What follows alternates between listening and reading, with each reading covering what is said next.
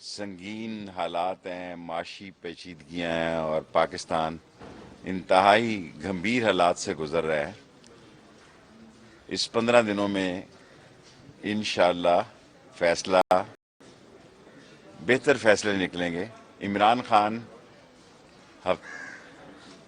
20-21 को इंशाअल्लाह रावलपिंडी आएंगे और कमेटी चौक में लाल हवेली और दूसरे लोग जहाँ भी जाना चाहें हम उनका इस्तकबाल करेंगे। और मुल्क को जिस किस्म के हैजान में दाखिल कर दिया गया है, ये अदारों का भी और अदलिया का भी फ़र्ज़ है कि इलेक्शन करवा के इलेक्शन की राह निकाल कर इसमें बेहतरी पैदा की जाए। लोग इंतहाई परेशान हैं, कोई कारोबार नहीं है शहर में, कोई गरीब आदमी के हालात नहीं हैं। सो ऐसे आलम में सारी दुनिया हमारा मजाक उड़ा रही है। एक तैनाती के मसले पर इतना हैजान हमने पैदा कर दिया है और वो इस बात का तकाजा कर रहा है कि हम पाकिस्तान के लिए सोचें। और मैं उम्मीद रखता हूँ ये कौम जो है अजीम कौम है, लेकिन बहरान बहुत संगीन होता जा रहा है। और ये पाक फ़ौज हमारी फ़ौज है, ये कभी अपने अवाम से नहीं टकराएगी, ये अजीम फ़ौज है।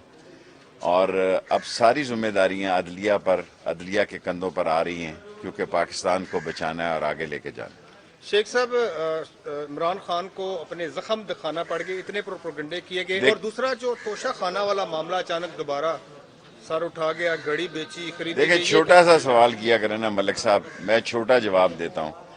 देखें, ये सारी चीज़ें दफन हो गई। जो चीज़ ये निकालते हैं वो इमरान खान के फ़ायदे में चले जाती है।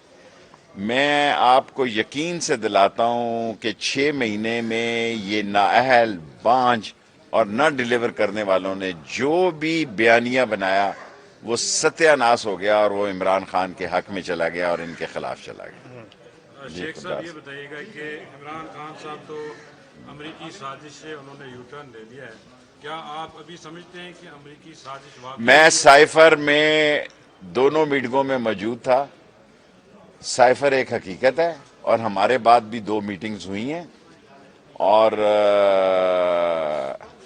कोई उन्होंने कम अज़ कम साइफर के मसले में तो यू टर्न नहीं लिया, लेकिन उन्होंने एक बात की है कि हम अमेरिका समेत सब लोगों से अच्छे तल्लुकात चाहते हैं, लेकिन गुलामी नहीं चाहते, डिक्टेशन नहीं चाहते। हम ये नहीं चाहते कि हम पे फैसले मुसल्लत किए जाएं।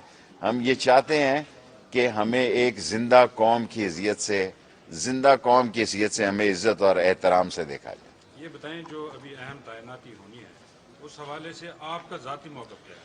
जो अहम तैनाती होनी है मुझसे तो किसी ने पूछा नहीं।